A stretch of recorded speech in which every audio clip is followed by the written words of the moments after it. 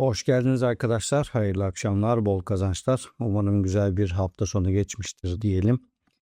Bunları bir kapatayım. Unutmazsak açarız. Hemen kendi durumumuzu özetleyip piyasaya bakalım. Bu tarafta e, long tarafta zararımız bir azalıyor, bir çoğalıyor. Short taraftaysa dün aslında kâra da geçmişti. Şimdi tekrar zarardayız. Oradaki dediğim gibi çıkış noktamız belli zaten. Bugün yarın o işlemin kapanmasını bekleyeceğim.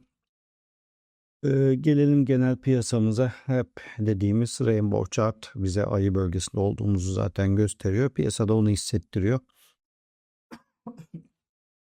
FOMO tarafı da zaten hani FOMO'ya kapılacak bir senaryomuz yok. Uzun vadede buraya baktığımızda burada işler yukarı gitmişse uyarımızı yaparız. Şu an zaten yeterince dip seviyede. Piyasa birazcık longçılar, shortçılar böyle değişik iki taraftan da ama çok hacimsiz olarak lig olmuş genelde insanlar. Gelelim Bitmap'e. Evet burada artık bir yataya bağladı. Tekrar 71-72'ye doğru yol alırız diye düşünüyorum bu hafta. E, Hemen buradan bakalım bir market cap. Evet, yani şurası eğer ikinci senaryomuza giderse artık benim için 1.6'ya doğru yol almak daha doğru gelebilir. Hedefim yani beklenti 2.60'a doğru yükseliş ama bu bölgeyi kaybedersek bir daha bence 1.6 artık daha gerçekçi hedef olarak durabilir. Şu an önümüzde senaryo onu gerektiriyor ama bakalım. Yani hedefim yukarı yönlü. Evet burada dün dedik ki yükselecekti. Yarın burası birazcık gerileyebilir. Korku endeksimiz piyasanın geneline göre normal yani bu aralıkta olması gayet doğru. E, Yavaş yavaş yükselecektir. Altcoin sezon indeksi yine kendine göre takılarak devam ediyor. Çok bakmaya gerek yok. Bitcoin dominansı 58, Ethereum 10, Other tarafı da 32 olarak devam ediyor. Burada dominansta bir düşüş beklentimiz vardı. Bakacağız. İlk 20 Bitcoin, Ethereum, Ripple, BNB, Ripple, BNB savaşı devam burada. Sonra Sol, TRX, DOG şeklinde. Bir de 100. paritede ne var ona bakalım. Yeni bir parite gelmiş önümüzde. Buna da bir bakalım. Ekleyelim bakalım. Burada. Evet, onu da ekledik. Buradan alacağımızı aldık. İlk yüzü aldık. Şimdi şöyle kısaca pazar günümüzü bitirelim. Python'la başlayalım bakalım. Evet, burada bir yukarıda hedef bölge koyduk. Onu takip etmek lazım. Kırılım da oldu aslında. Şuradan dönmesi de çok normal. İkinci bölge 66. 3 olarak da ben 80 olarak görürüm. Burada doğru gitmiş. Just'a bakalım. Böyle birazcık gerilediğimizde. Burada da bir bölge belirlemişiz bir dönem ama neye göre belirledik de bu onu bilmiyorum. Yok.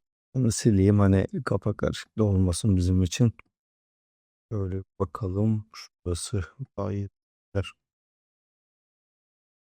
Attığı zaman da sağlam iğneler atmış parite. Burası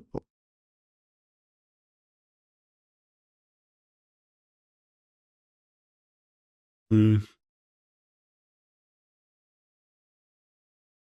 Bu 10 Ekim'de sarsılmamış. Öyle bir sıkıntı da yaşamamış görünüyor. Buraya bakayım dedim ama işaretlemek için öyle aman aman bir senaryosu da olmamış. İlginç. Yani şuradan alsak hani yükselen trendi diye yine de böyle baktığımızda şu seviyeler güzel alım için diyebiliriz. Burası böyle de bir hedef konabilir gibi duruyor bence. Evet, mantıklı yani şu bölge. Bakalım böyle takip etmek mantıklı yani aşağıda 37 civarları ama şurada yani tam böyle yukarı yönlü bir şey de vermemiş bize. BC'ye gelelim bakalım. BC yükselişini yaptığı güzel şu haftalık beklediğimiz bölgeyle ikinci bölgem benim burası aslında devam edecektir diye düşünüyorum. Yani yarın tabii haftalıklar da var. Bu gece bakalım haftalık durum. Daha hiç haftalık desteği aldığımız bir şey yok BC için. Onlar gelecek.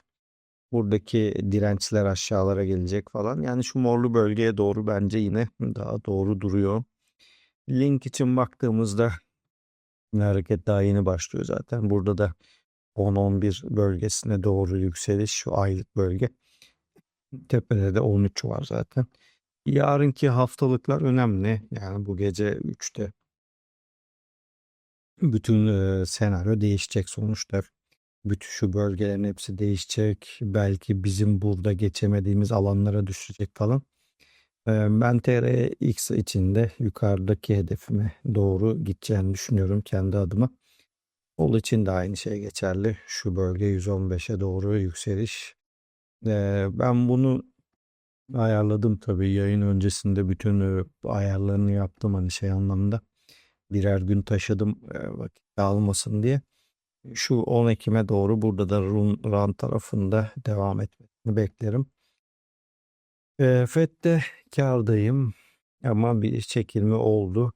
Devam edeceğini düşünüyorum en azından şu bölge. Ama ben 22'de çıkacağım bu işlemden. Burada yani ilk yani şu 22'de çıkacak, öteki de 28'de. O biraz yukarıda.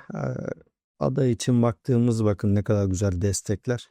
Şurada haftalık ve günlük tepeden bir döndü. Şu aylık bölge 33. Şuralar 37. Yani güzel duruyor öyle söyleyebiliriz.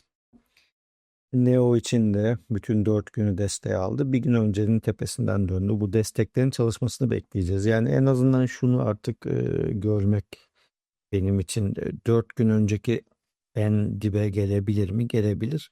Ama artık yani yukarı yönlü işlem kovalamak mantıklı. Burada da bakın şunları şöyle yaptığımda hepsi üst üste biniyor. Aslında buradaki bütün günlükler burası. Tabii şuradan ta aşağıya kadar gelmiş bir harita yani öyle hemen çat diye olmuyor tabii ki. Bakalım %30'luk bir kayıp var nihayetinde. Yukarı gittikçe aşağıya vuruyorlar ama burada işler CZ için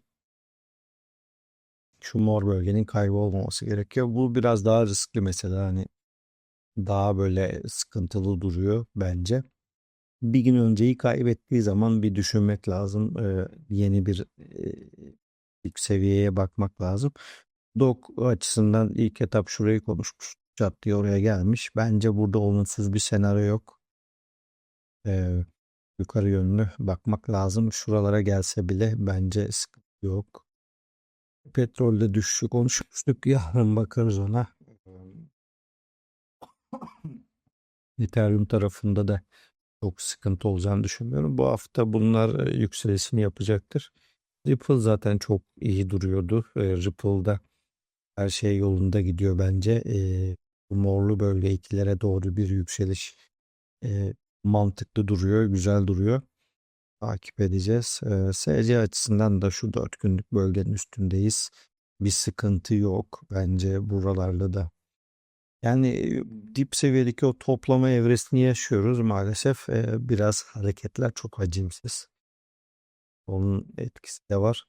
Burada aslında şurada çok güzel bir kar vardı. Belki de satan olduysa kendi adına da iyi yapmıştır. Ben dediğim gibi 75'te çıkacak bu işlem. Öteki 85'te alırsa da şu 60 ve 50 olarak da opsiyonlarım duruyor. Bakalım buradan ne kadar var? 85'e benim orası ilgilendiriyor. Bir %20'lik civarda da bir sıkıntı var. Hala devam eden bir süreç. Çok ağır ilerliyor piyasa. Ayı bölgesi klasik. Burada bir yeşilli bölge çalışması 68'ler yani 66'lar civarları güzel. Ben 75'i bu hafta göreceğimizi düşünüyorum yani planım o şekilde. Gümüşte artık bir dönüş aranabilir. Yarın da bakacağız haftalıklara. Yani gümüşün bu serideki dibi burası olmuş olabilir. Ee, Zaten bir destek yok. Haftalıkların hepsi yukarıda. Yarın bakarız çünkü bir kırılım olsun bakalım. Altında ne var? Altımızda.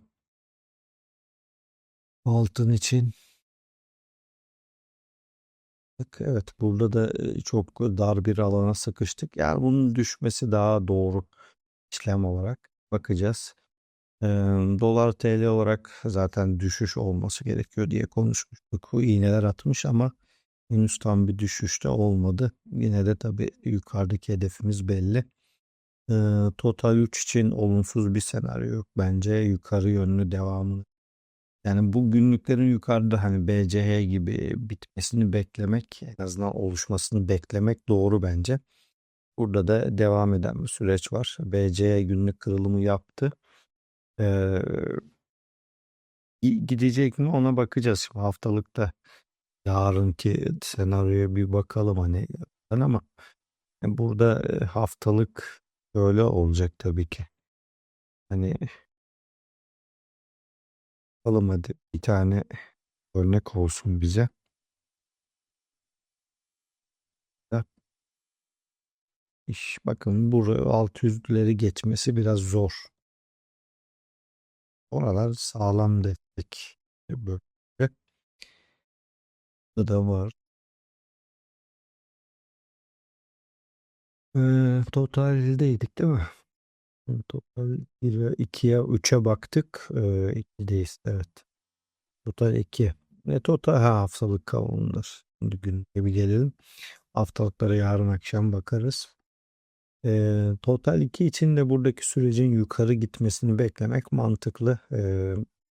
Aynen yukarıdaki duruma doğru bekleyeceğiz. Yani şu kırmızı bölge çalışır muhtemelen.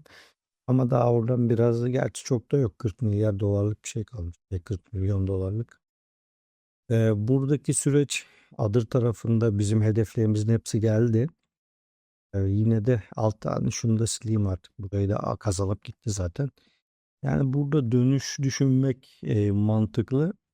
İyi altlar ayak uydurup bu yukarıda buluşacaklar ya bu tekrar bir düşüş yaşayıp altlarla beraber bir daha aşağı yapacağız.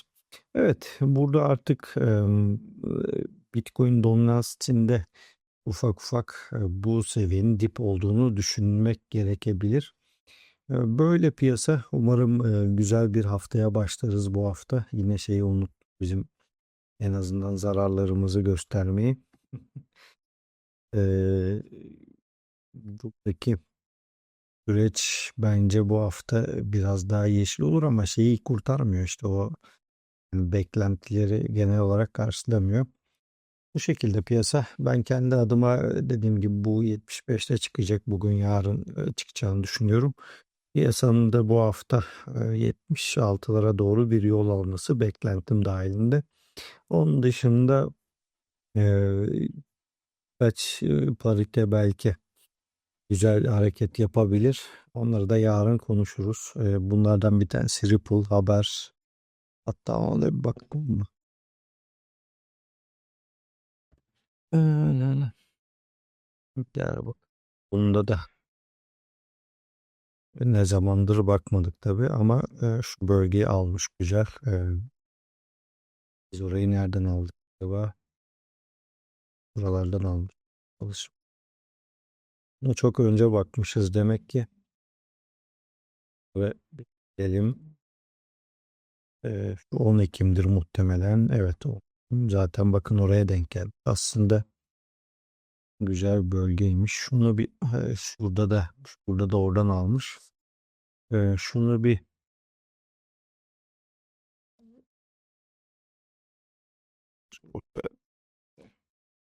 loud diyeyim.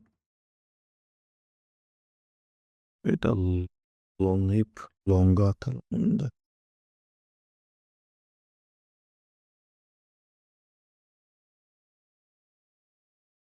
Evet. Tık. Doğru bakın nasıl güzel Tekrar oraya gitmiş. Evet. Yani burada şu bölge tabii ki ilk önce hedeflenecek bölge. Muhtemelen gelecektir.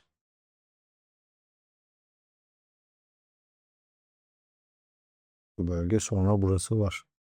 Bakalım hani buradan ne gelir oraya, yaklaşık %30'lara yakın. 27-28 değerlendirmek isteyen olursa da bakabilir. Herkese bol kazançlar, hayırlı akşamlar. Görüşmek üzere.